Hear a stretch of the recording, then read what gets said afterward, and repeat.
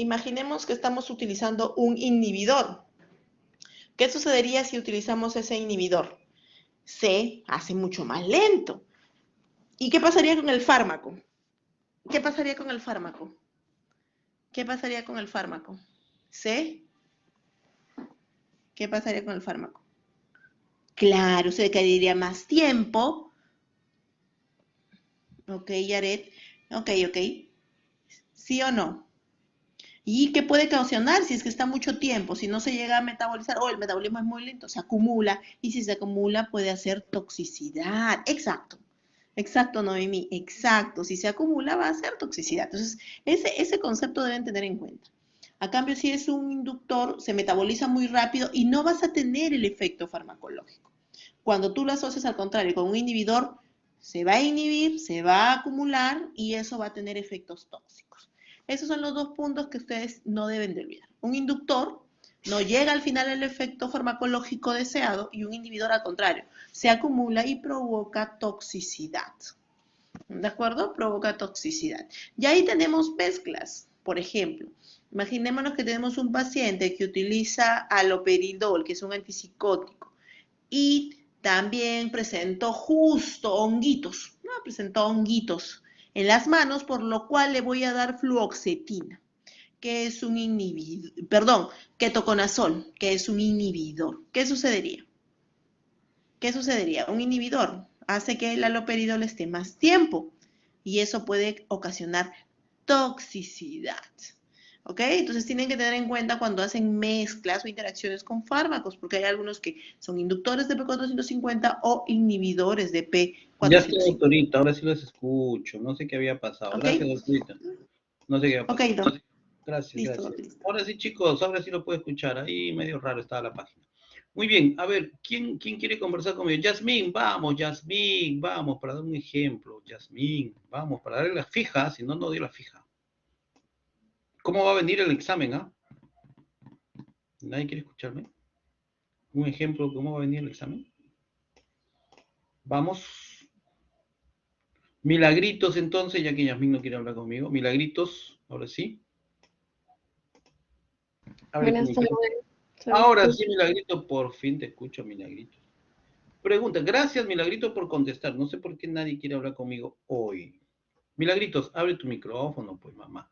A ver, mira, ¿qué pasará, Milagritos, si tú tienes una paciente mujer, Milagritos, que sufre de tuberculosis, ¿ok? Y está consumiendo rifampicina. ¿De acuerdo? ¿Está bien, Ujú. Milagrito? Ya, está Sí, consumiendo rifampicina. Ok. Luego de un tiempo que está consumiendo rifampicina, no sé, entonces tú sabes que rifampicina es un tiempo prolongado, la terapia con tuberculosis es un tiempo prolongado. Entonces,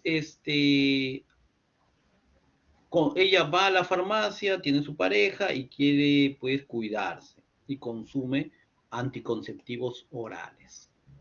Milagritos, dime, probablemente ella saldrá embarazada o está segura que no va a salir embarazada. ¿Qué dices tú?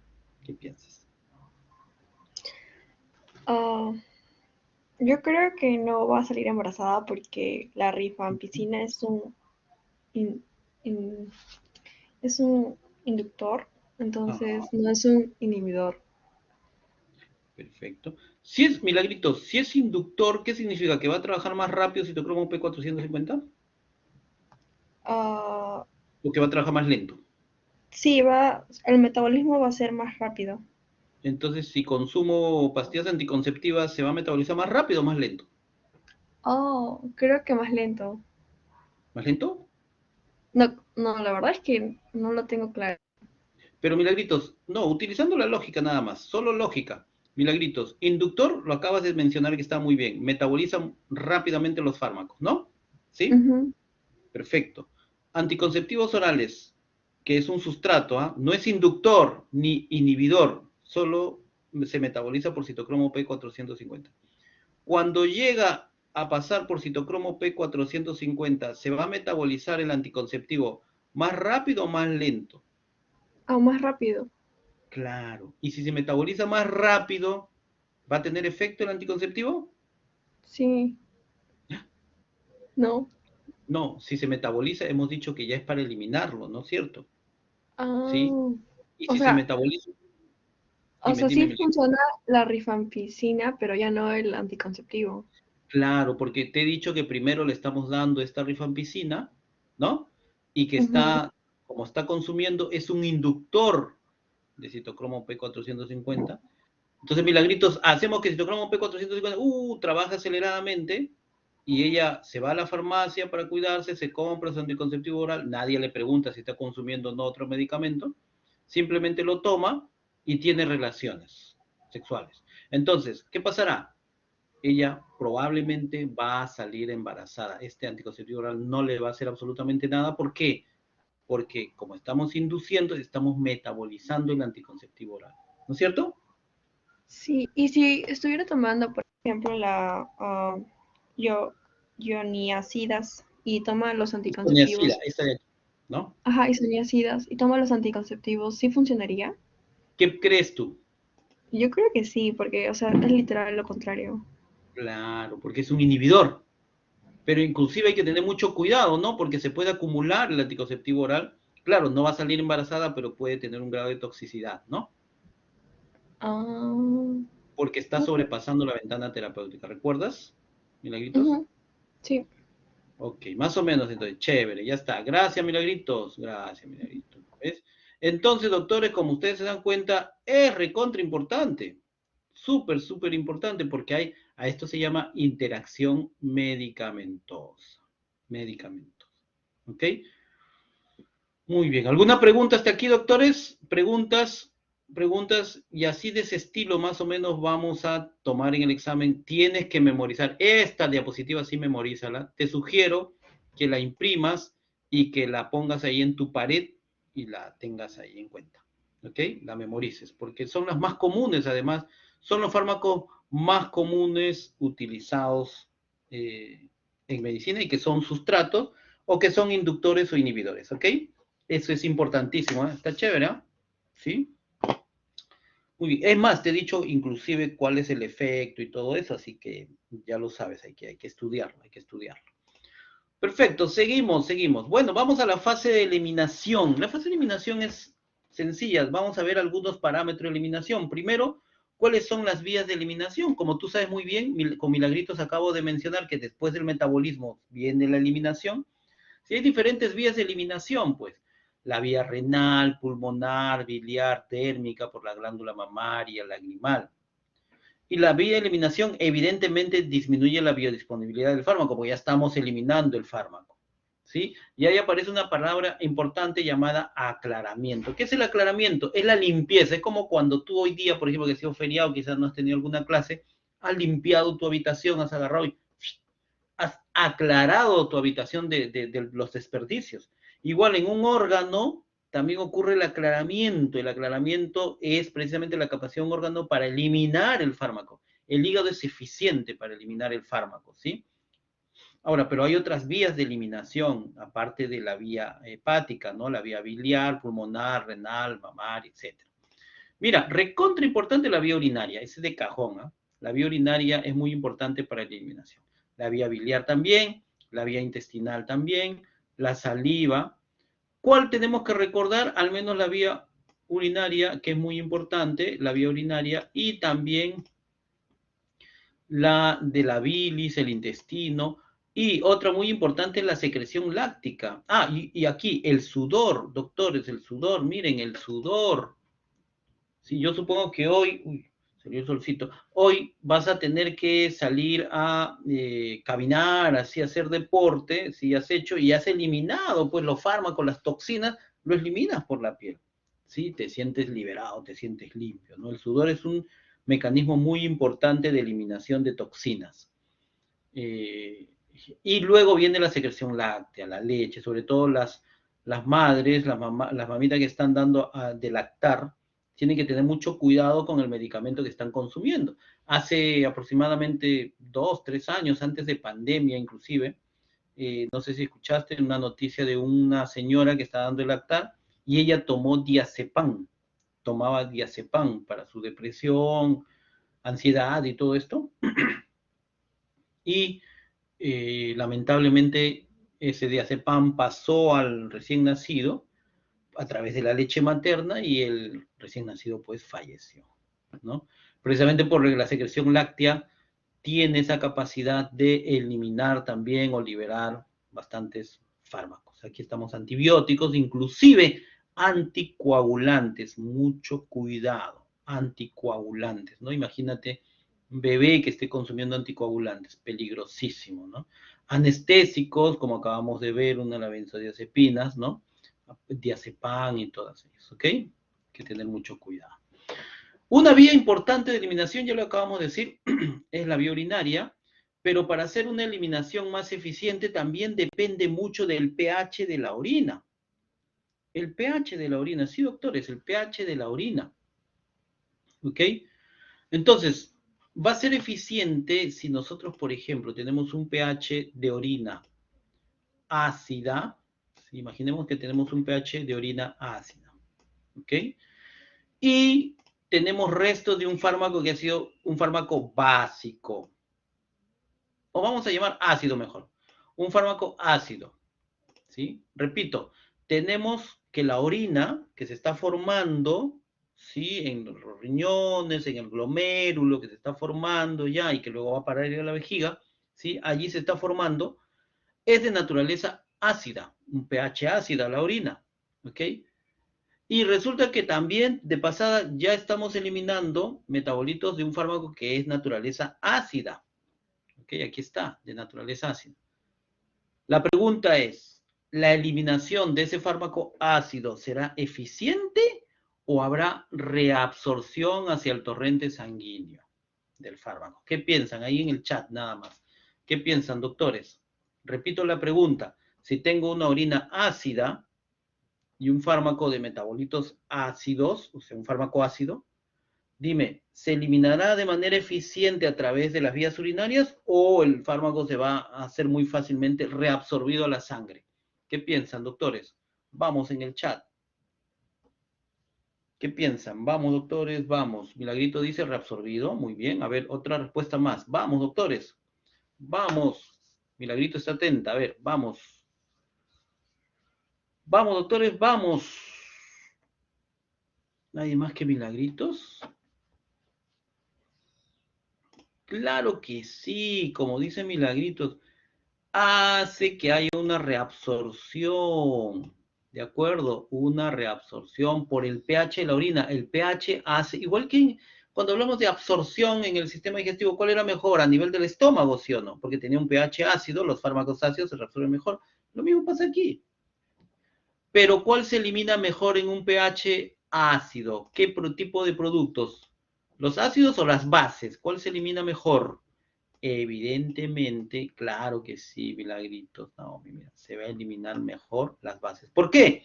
Porque el pH del medio ácido reacciona con la base, se forma una sal y esta sal precipita y se elimina fácilmente por las vías urinarias. ¿Ok? Repito entonces todo.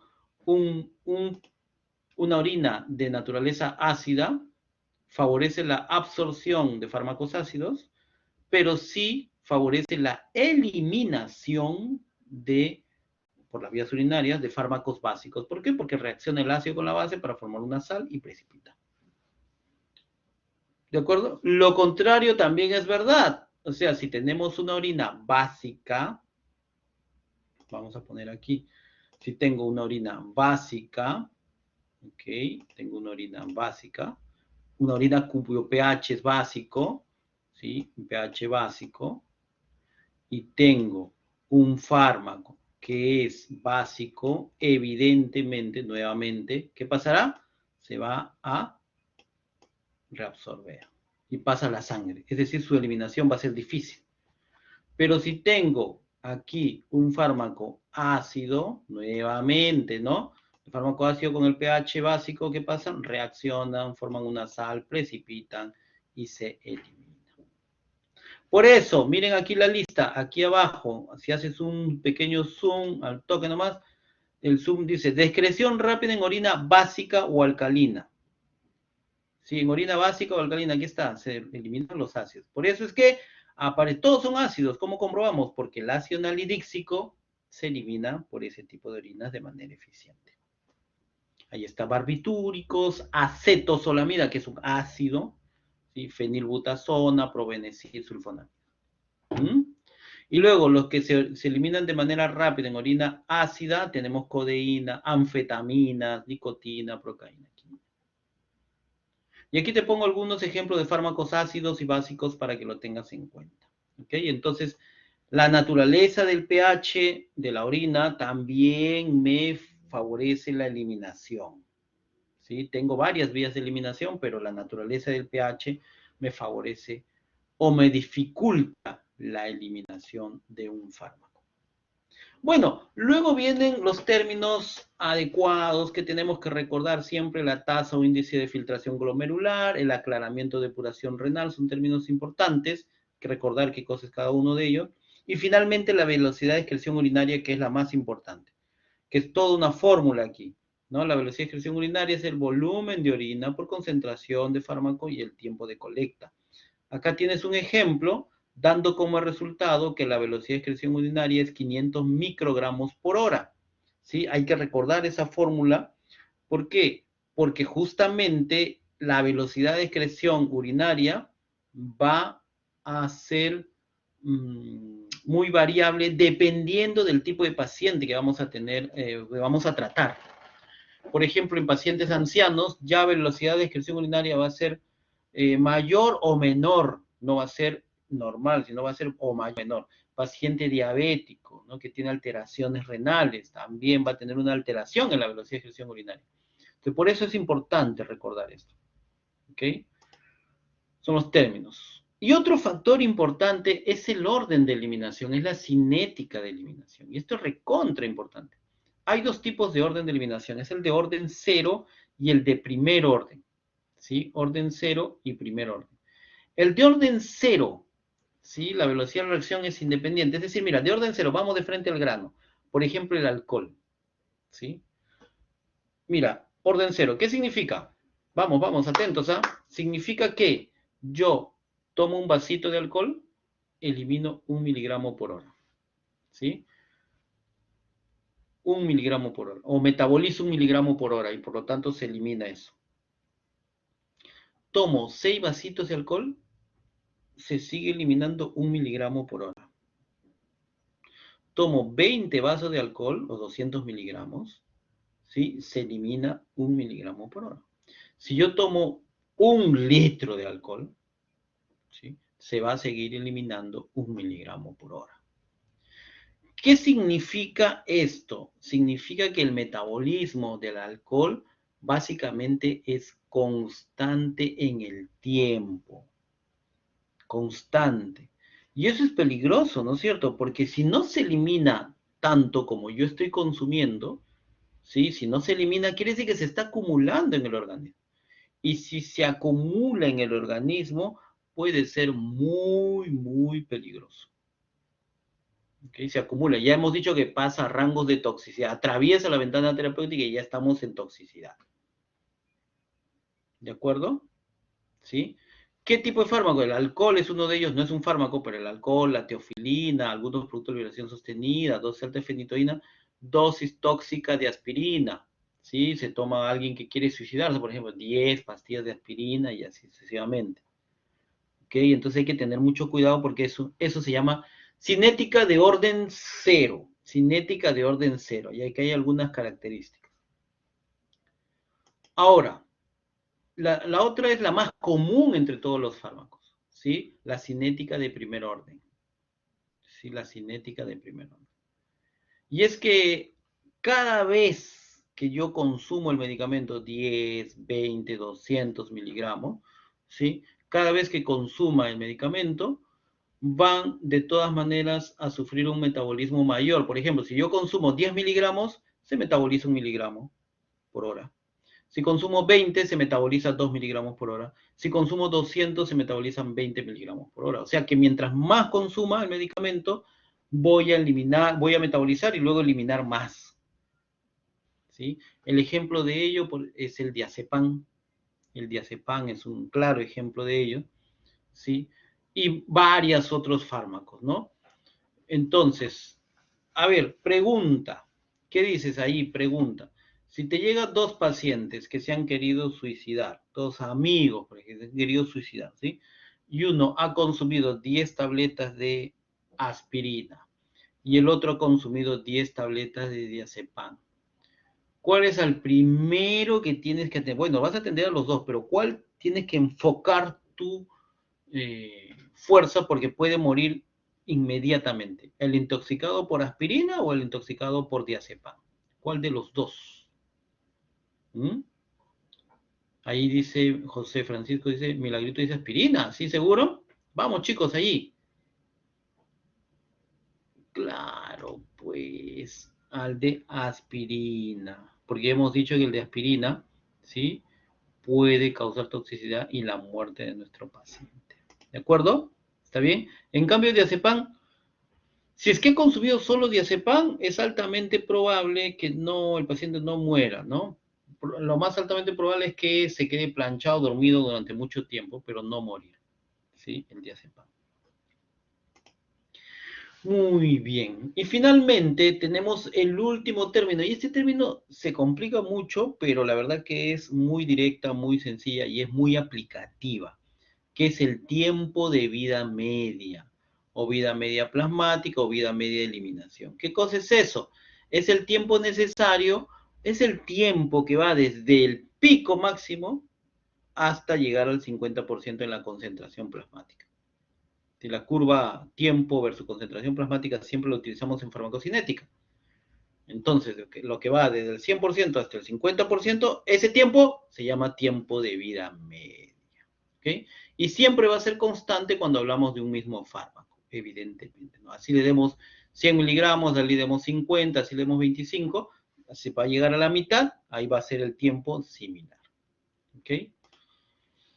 Muy bien, ¿para qué me sirve? La pregunta es ¿para qué me sirve este tiempo de vida media? Para muchas cosas, pero una de ellas es para el rango de dosis. Es decir, si yo le doy un medicamento, tengo que saber cada cuántas horas le voy a dar, ¿no? Cada 8 horas, cada 12 horas, cada 24 horas, etc. ¿Sí? ¿Cómo puedo saber eso? Precisamente con el tiempo de vida media. Damos un ejemplo directo. Mira, observa por favor aquí. Observa directamente. Si yo tengo un fármaco que tiene un tiempo de vida media aquí, la digoxina, chévere, ¿eh? Tiene un tiempo de vida media de 36 horas. ¿Sí? 36 horas, ahí está. 36 horas, ¿no? Y yo quiero saber cada cuánto tiempo le tengo que dar, ¿no? Hoy, por ejemplo, martes, ¿sí? Martes.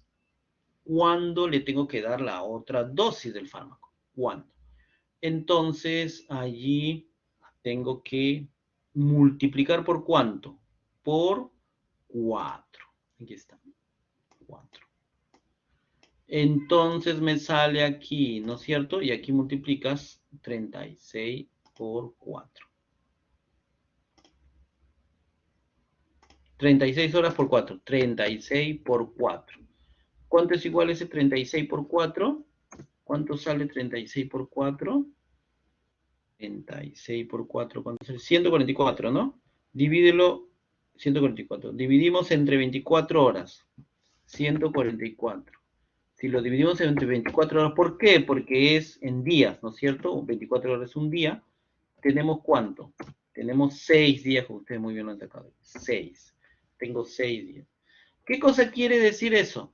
Quiere decir que yo tomo digoxina hoy, ¿ok? Tomo hoy, y tengo que tomar ¿cuándo? ¿Cuándo tengo que tomar entonces la siguiente dosis? ¿Cuándo tengo que tomar la siguiente dosis? ¿Cuándo? El día lunes de la siguiente semana. Día lunes. ¿Ok? Ya está. Para eso me sirve el tiempo de vida media. Pero no solo eso. Imagínate que yo tomo digoxina mi última dosis. Hoy día es la terapia, el último día de la terapia de digoxina. Tomo el último día y ya está. Entonces la pregunta es, desde que yo tomo mi última pastilla, cuando ya puedo estar seguro que no va a haber ningún resto de digoxina en mi organismo. ¿Sí? ¿Cuándo puede ser eso? Y entonces le aplico la fórmula nuevamente, 36 multiplico por ¿cuánto? Por 5. ¿Sí? 36 por 5, ¿cuánto es? 36 por 5, 180. 180. Esto lo divido entre 24, ¿sí? 24 sale 7,5. ¿Sí? O sea, para ser más precisos, ya estamos en 8 días. 7,5 u 8 días. ¿Qué cosa quiere decir eso? Quiere decir que yo tomo mi pastilla actualmente, ahora, martes, y recién el día miércoles puedo decir que ya no tengo resto de toxina en mi organismo. Por eso es que aquí, si multiplico 5 veces tiempo de vida media, indica el tiempo necesario para que el fármaco sea eliminado totalmente del organismo. Añadido esto, nosotros unimos el estado estacionario. Nosotros hemos estudiado, chicos, la curva concentración versus tiempo, y siempre hemos visto esta curva, ¿no? ¿Qué es el estado estacionario? Sencillo. El estado estacionario es la cantidad de fármaco que ingresa al organismo. Es el estado estacionario es el estado en el cual la cantidad de fármaco que ingresa al organismo es igual a la cantidad de fármaco que sale de nuestro organismo. ¿Sí? Y ya estamos en estado estacionario. ¿Ok, doctores? Nada más, eso es todo. Preguntas, chicos, preguntas. ¿Hasta aquí todo bien? Vamos, póngame, no sé, algo, reaccionen, por favor. Preguntas, póngame algo. A ver, por favor.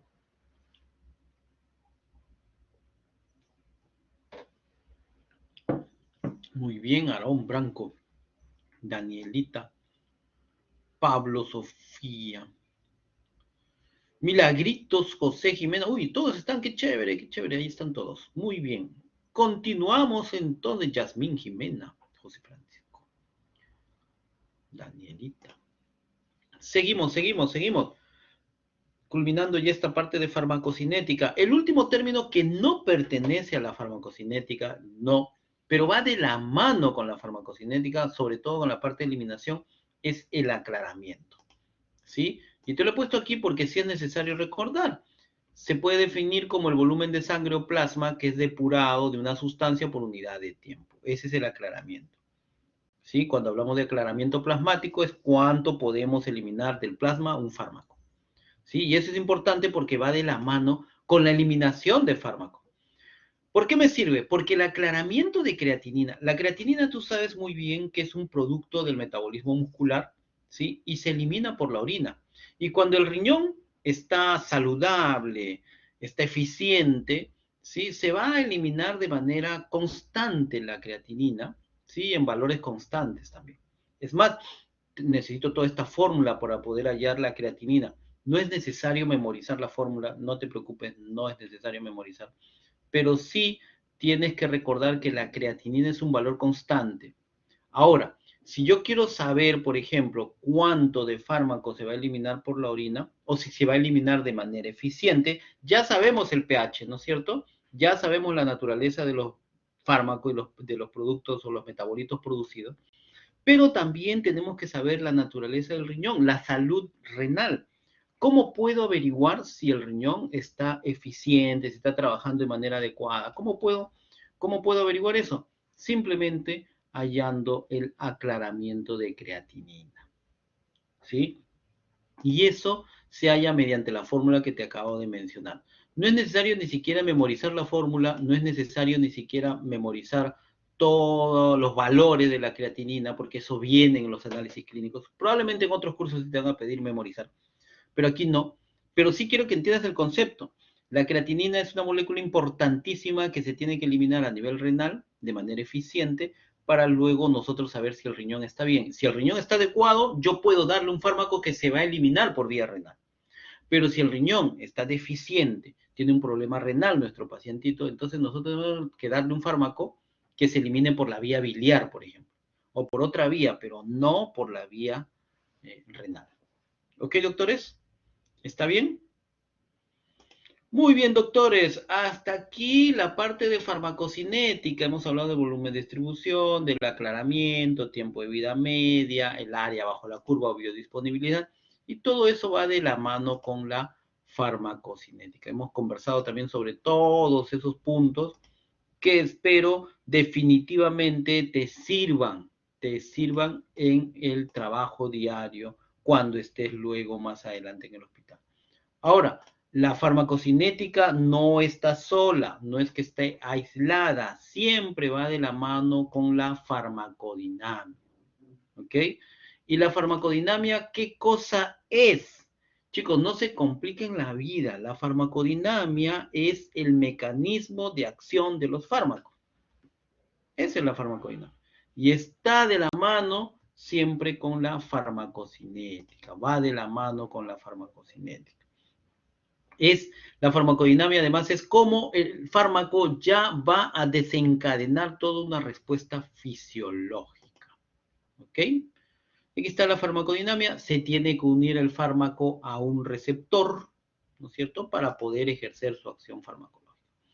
Algunos términos importantísimos, por ejemplo, dosis eficaz media. ¿Qué cosa es la dosis eficaz media? Un punto importante, doctores, es que recuerdas que en farmacocinética hablamos de la curva tiempo versus concentración plasmática, ¿te acuerdas? Tiempo versus concentración plasmática para hallar la biodisponibilidad y todo lo que hemos visto. Muy bien.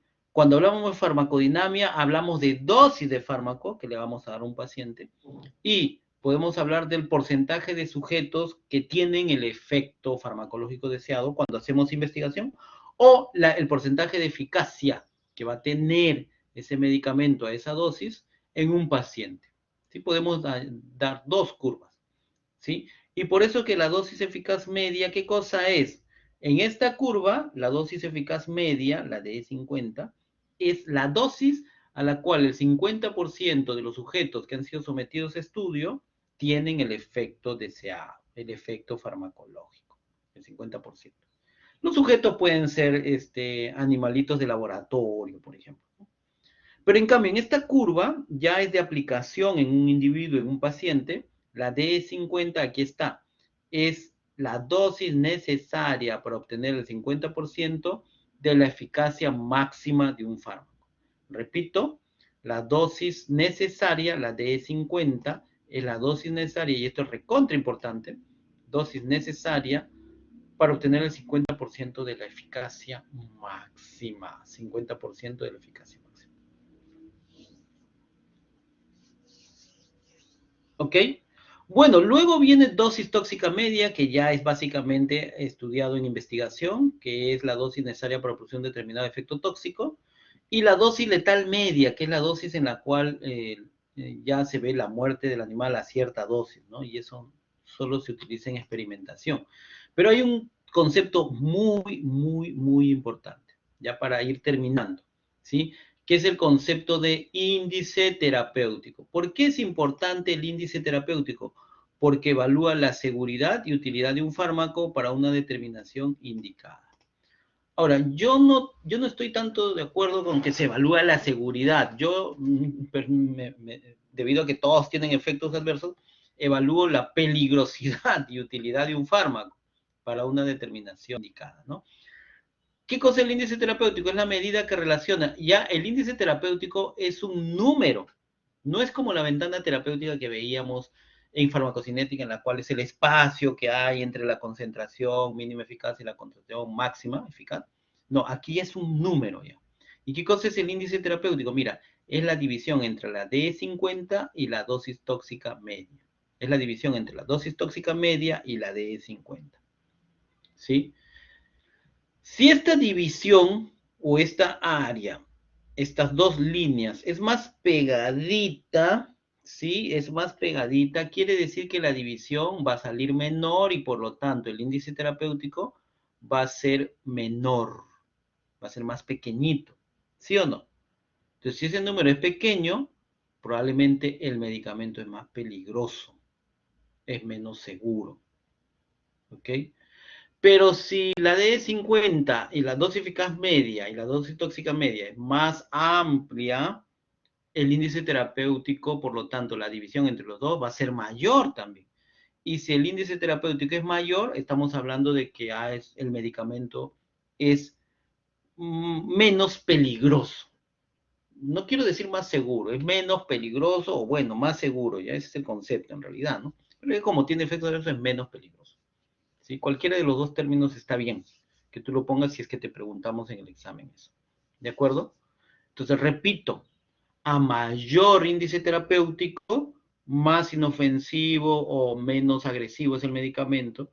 A menor índice terapéutico, el medicamento tiene cierta peligrosidad. ¿Ok? Por lo tanto, si tiene un menor índice terapéutico, hay que tener cuidado al paciente, hay que estar monitorizando y todo lo demás. Y esto va de la mano con el margen terapéutico, la ventana terapéutica, ¿sí? El índice terapéutico, acabamos de decir, es un número, pero el margen terapéutico es el espacio que hay, ¿no es cierto? ¿De acuerdo, doctores? ¿Sí? ¿Preguntas hasta aquí, chicos? ¿Preguntas? ¿Preguntas? ¿Todo bien? Bueno, para finalizar, doctores, para finalizar entonces, miren, todo fármaco se une como ligando, como agonista a un receptor farmacológico. Eso lo sabemos ya, ¿no es cierto? A un receptor farmacológico. Estos receptores farmacológicos sufren ciertas características. Ya han hablado ustedes en procesos biológicos, han hablado de receptores tirosina quinasa, de receptores acoplados a proteínas G, receptores canales iónicos. Todo eso vamos a recordar la siguiente clase, la siguiente semana, muy rápidamente, porque eso ya lo han llevado. Pero para que un fármaco se pueda unir aquí, un fármaco se pueda unir al receptor, tiene que cumplir al menos 3 requisitos. Ya hemos dicho las características químicas, ¿no? Que tiene que ser liposoluble, que tiene que ser además, que tiene que ser liposoluble y que tiene que además ser, que estoy dibujando un ratito el receptor, no sé por qué se me ha borrado el receptor aquí, ¿sí? Ahí está. Un fármaco tiene que ser liposoluble y otras características, pero cuando hablamos ya de unión al receptor, tiene que cumplir 3 características. Primero, que sea afín. ¿Qué significa que sea afín? Que forme enlaces con el receptor. Mientras más enlace y más eficiente sea, va a tener más potencia. ¿Ok? Más potencia del fármaco. ¿Qué enlaces se tiene que formar? Enlaces débiles nomás, doctores. No enlaces fuertes. Porque son enlaces fuertes, hay que tener mucho cuidado porque hay que romperlos, ¿no? Y son irreversibles y hay más peligrosidad. En cambio, son enlaces débiles porque luego el fármaco tiene que liberarse. Muy bien, tiene que ser afín y por lo tanto llevar una potencia. Perfecto. Pero no solo eso, el fármaco tiene que tener una eficacia y actividad intrínseca. ¿Qué significa? Significa que el fármaco cuando se une al receptor, allí se une al receptor, el receptor tiene que cambiar su conformación o activarse. Tiene que responder activándose al fármaco, ¿sí?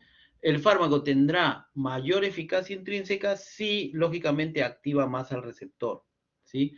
Esa eficacia o actividad intrínseca es necesario para que el receptor pueda actuar. Entonces, ya tenemos afinidad y tenemos eficacia. Y por lo último, necesitamos especificidad. ¿Qué cosa es? Que el fármaco tenga que ser muy específico. ¿Cómo así? O sea que, por ejemplo, si yo tengo un paciente que está consumiendo salbutamol, ¿sí? El salbutamol como fármaco tiene que diferenciar de todos los receptores, tiene que diferenciar los receptores adrenérgicos. Y de los receptores adrenérgicos tiene que diferenciar a los beta de los alfa, ¿sí? Y de los beta, hay 3, beta 1, beta 2, beta 3. Tienen que reconocer al beta 2. ¿Por qué? Porque el salbutamol es un agonista beta 2. O sea que tiene que ser específico. Recién allí podemos hablar de las características eficientes de un fármaco que se une a un receptor. Entonces, tiene que tener afinidad, tiene que tener eficacia, actividad intrínseca y tiene que tener especificidad para tener finalmente un efecto farmacológico. ¿De acuerdo, doctores? Y finalmente, ahora sí ya de verdad para que te vayas, receptores de reserva. ¿Qué significa eso? Significa que si yo consumo el salbutamol, por ejemplo, a una dosis mínima, puedo tener una respuesta menor de un 50% ocupando un cierto número de receptores, ¿no? Por ejemplo, ocupo este número de receptores a esa dosis, ¿ok? Y tengo esta respuesta. Pero puedo también consumir más dosis, ¿no? De fármaco. Por ejemplo, tengo una dosis 2 aquí, ¿sí? Tengo una dosis 2 que ocupa un cierto número de receptores. Aquí está una siguiente dosis. Y tengo ya una respuesta mayor. ¿De acuerdo? Y luego consumo una dosis mayor de fármaco. Aquí está, mayor de fármaco, que ocupa cierto número de receptores, que obtengo con ello una respuesta o una eficacia máxima del 100%. O sea, consumo para que me parezca el dolor de cabeza, me desaparezca el dolor de cabeza y con esta dosis, listo, me desaparece. Ya está, 100%. Pero ha ocupado un cierto número de receptores. De todos los receptores que tenemos, el fármaco ha ocupado para tener una respuesta máxima un cierto número de receptores. Todo lo demás que observas aquí, ¿sí? Que está todo lo demás, se denomina receptores de reserva. Todo lo demás.